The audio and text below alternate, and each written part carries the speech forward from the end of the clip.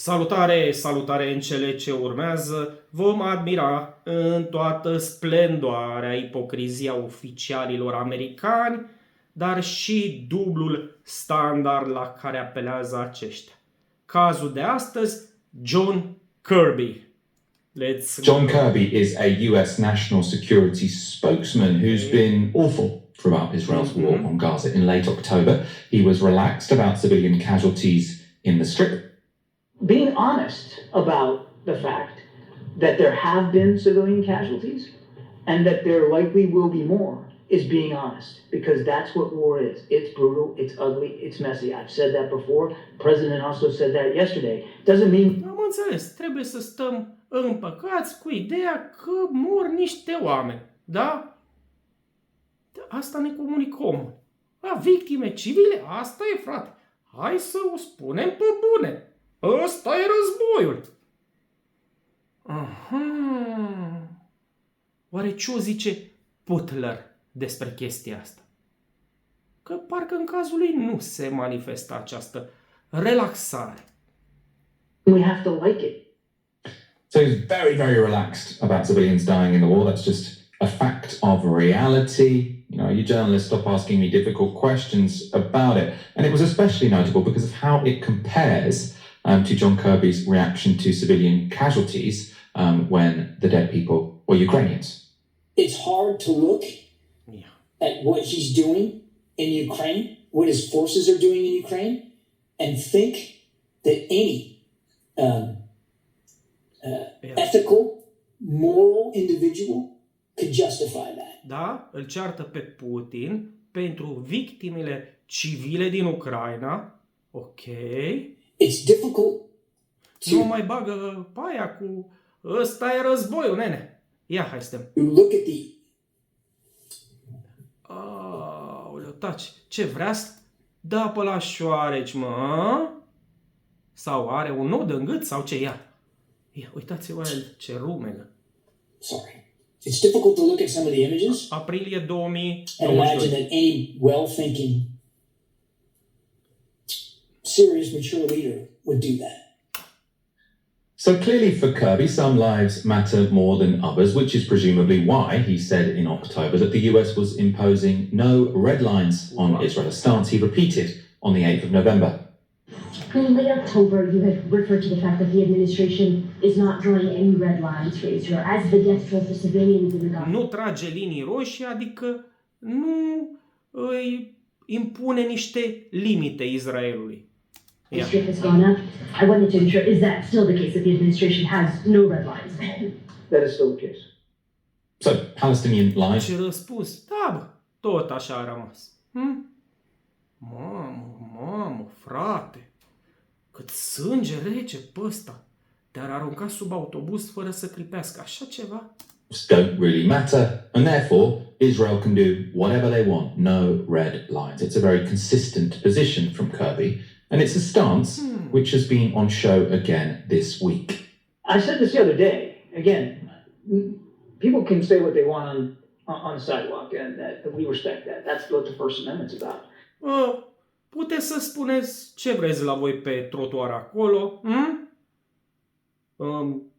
I-a și trimis pe cetățeni, practic, să facă trotuarul, dacă înțeleg eu bine.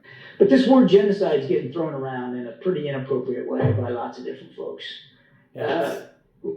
Nu e genocid. Ia să vedem ce e genocid. Hamas wants, make no mistake about it, is genocide.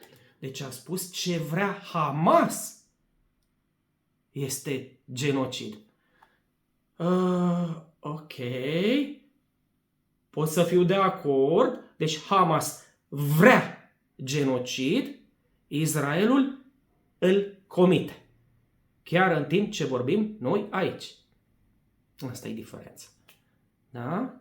Până la urmă trebuie să înțelegem că Hamas, oricât ar vrea, nu este în stare. Ăia sunt niște băieți în șlapi și cu niște kalașnicove chiar ruginite de data asta, spre deosebire de armata rusă. Da? Care se luptă cu niște băieți în tancuri care îi bombardează și din avioane. Da? Drone, alea, hei, artilerie. au și antiaeriană, când mai dau băieții în șlapi cu rachetele, tentativele alea de rachete din conducte de apă. Da? Da? E ca și cum eu aș lua la omor un copil pentru că acesta ar zice că vrea să-mi tragă o mamă de bătaie. A, mă ameninți cu bătaia? Hai să te bat eu pe tine înainte, preventiv. Micuțule. Asta e logica. They want to wipe Israel off the map. They've said so publicly, more than one occasion. Ori vrea. Pot? Nu pot. In fact, just recently. And they've said that they're not going to stop. What happened on the Ce o 7th să fac? O să se suie pe mobre și cum o să șteargă Israelul de pe hartă? Cum? of October is going to happen again and again and again. And what happened on the 7th of October? Murder, slaughter of innocent people in their homes or at a music. Absolut de acord. Dar pentru acest individ nu există decât 7 octombrie. Nu există ce s-a întâmplat înainte de 7 octombrie. Nu există ce se întâmplă după 7 octombrie. Nu, 7 octombrie, tătuțu. Aia e tot. Da? Festival. That's genocidal intentions. E ca și în cazul lui Putin.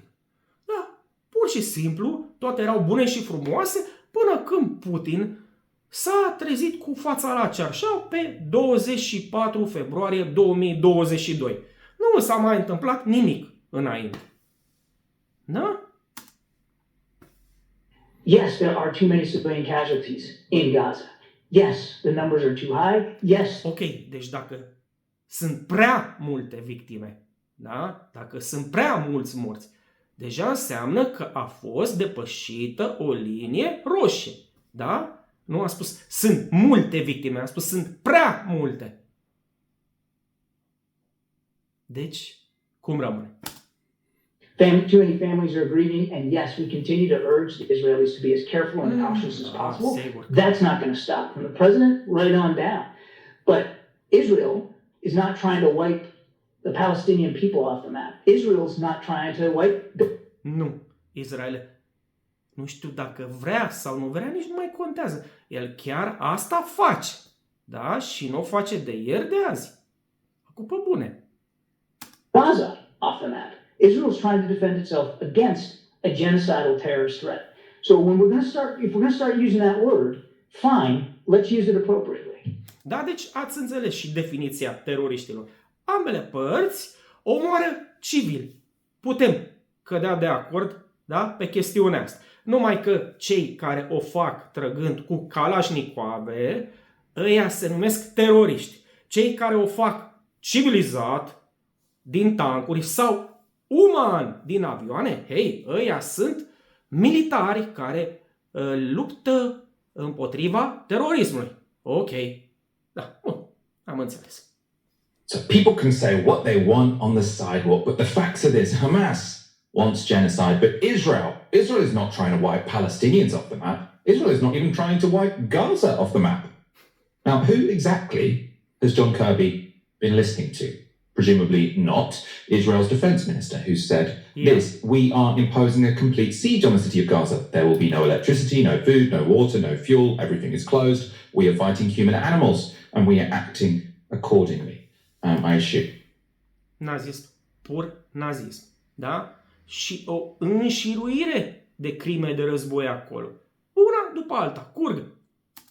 John Kirby had ignored that statement. He just hadn't seen it. Maybe no one had briefed him. Presumably, Kirby has also ignored the military commander in charge of the occupied territories who said this: Israel has imposed a total blockade on Gaza. No electricity, no water, just damage. You wanted hell, you will get hell. No Mamă, ce inimoși sunt ăștia, bă, băiatule. Deci nu vor să șteargă Gaza de pe hartă, vor să o transforme în iad. Păi zi așa, bă, nene, bă, asta e cu totul și cu totul altă discuție. Genocidal language there? None at all. Or maybe Kirby just ignored it again. Now, perhaps Kirby was also otherwise occupied, but an IDF spokesperson said, quote, the emphasis is on damage and not on accuracy in Gaza. And maybe his translator Bă, ăsta care a făcut această declarație încearcă să fie Putin. Bă, nene, noi nu le avem cu precizia. Noi carpet bombing. E fanul lui, bă, e fanul lui Putin, e putinist ăsta. Da? Metoda rusească. was taking Bineînțeles, Sanchi, ați înțeles că sunt sarcastic.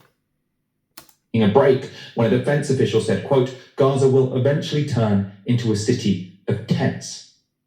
Of course, one can only assume Kirby didn't get the biblical reference when Netanyahu referred to Gaza as Amalek, meaning Israel should kill every man, woman and child there. Și măgar, parcă mai era și fiecare câine, fiecare măgar, ceva de genul. Ok. Nor did he notice when the finance minister said this, I agree with every word of Giora Aylan in this column. Now, the column in question proposed using epidemics as a weapon of war against the 2.2 million people in Gaza. So, when Da, știam și de chestia asta, a spus, bă, ne face treaba mai ușoară o epidemie acolo în Gaza. Da? comes to genocidal language from the Israel, Da? Și culmea, adică îi și țin închiși, da? Să nu răspândească boala. Excelent. Deci stau palestinienii acasă în Gaza ca să o salveze pe bunica lui Netanyahu. Ok, tătuțu, da?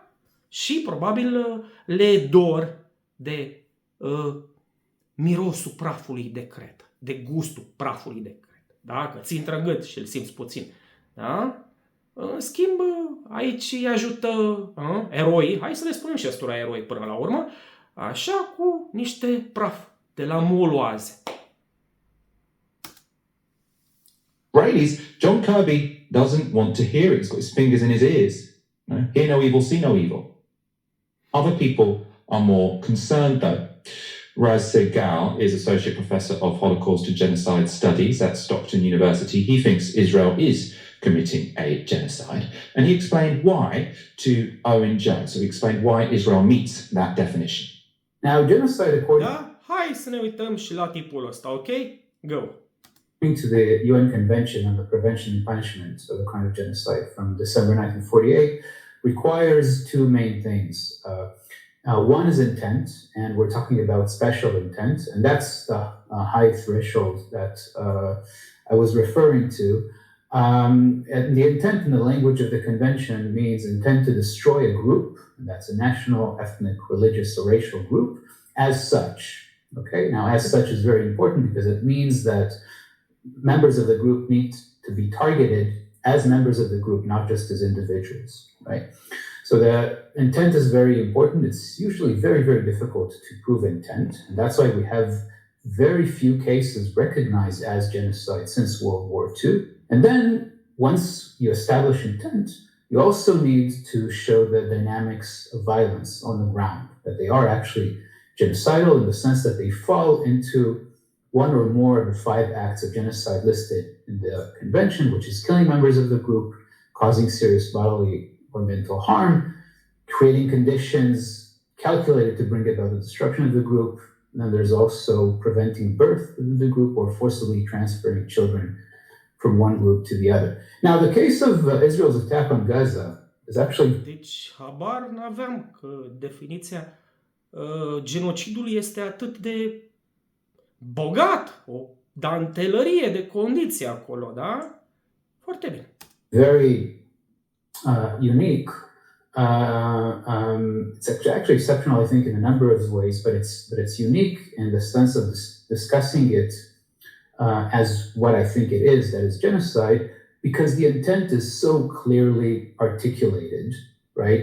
And it's articulated throughout Israeli media and society and politics now. And anyone who follows Hebrew language sources is exposed to shocking language by members of parliament, by journalists, on social media, in public spaces, calling to annihilate Gaza, to destroy Gaza, to flatten Gaza, to kill everyone. So on. Da, am văzut cântece interpretate de adulți, efectiv, hai să, nu știu cum să o spun, să terminăm cu Gaza, dar am văzut și cântecele interpretate de copii, chiar mai mulți, și montate, atenție, montate, da? Cu clădiri prăbușindu-se în Gaza în urma bombardamentului, cu avioane bombardând Gaza, și cântau copii niște nenorociri de nereprodus și ții minte, cântecelul se termina cumva așa. Și după ce am terminat cu Gaza, o să putem să ne întoarcem la munca câmpului. Da? Deci niște harnici agricultori. Doamne ferește. Copii. Da, exact. Copii cântau chestia asta. So forth. But it's articulated since the 7th of October, actually, by people with what's called in international law command authority, right, or command responsibility. That is state leaders, members of the war cabinet. Da, deci nu doar niște copii de data asta, ci oameni de stat, da, oficiali. And senior army officers. So according to Sigal, genocidal intent has been expressed by the Israelis, and it's been expressed by the relevant Israelis, so people with command authority over how their military behaves. Raz then went on to describe what he believes constitutes Israel's genocidal actions.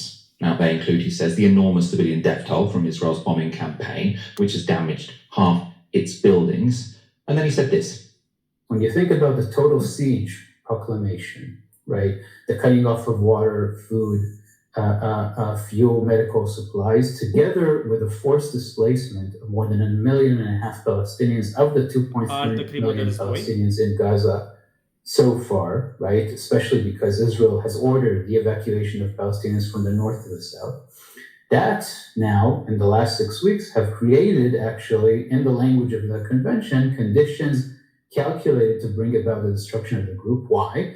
Because indeed, the siege has created what it was meant to create. That is, we now face starvation conditions in Gaza, right? Palestinians are facing starvation, surviving on less than 2 pieces of bread a day, 3 liters of water a day. Now, the World Health Organization recommends at least 100 liters of water a day. Hai mă, cu ăștia, cu ce erau? OMS-ul care erau? Whatever, 100 de litri de apă pe zi? Păi, știți ideea, da? Punem hainele la aerisit, bem 2, chiar 3 litri de apă, exact ca aia din Gaza și, na, acum nu se mai spală oamenii până la urmă, dar supraviețuiesc și se scarpină. Ok? A day. Now, the World Health Organization recommends at least 100 liters of water a day for everything, cooking, washing, drinking. Of course, Palestinians are now... Acum vor și de mâncare, vor să și gătească. Bă, frate, boierie. Pe sistemul de flori nu vrei? Surviving on 3 liters of water a day. Medical supplies have run out. Fuel is running out. We know that hospitals have been bombed. They have no medical supplies and fuel to do what hospitals need to save lives and treat people, certainly in a time of war. So we have now unbelievable overcrowding conditions that are ripe for the outbreak of infectious diseases. So indeed, conditions calculated to bring about the destruction of the group in the language of the UN Convention. So we have both the intent and the dynamics of violence on the ground. And, you know, again, because the intent is expressed so explicitly, so directly, in such unashamed ways, and it's continued to be expressed in this way, then I do think that what we're seeing in front of our eyes is a textbook case of genocide. So Sigal's assessment, this is a textbook case of genocide, is not universally held among scholars of genocide. There is disagreement among that community. He's also not an outlier, though. Yet for John Kirby, it's crazy to call Israel's government genocidal. He's saying it's Hamas that want genocide. Israel would never do anything like that. All they want to do is defeat a terrorist organization. It's just idiots on the street who might throw around this genocide word. Obviously, he's ignoring these genocide scholars who fundamentally oamenii pe trotuar, a spus. Disagree. Hamza, how would you respond to John Kirby? Ok. Și lăsăm pe Gaza în pace. da? Sau cum îl cheamă. Și încheiem aici, dar nu înainte de a vă mulțumi pentru vizionare, a vă ruga să lăsați un like și vă aștept pe toți la comentarii. Haide, pa, pa!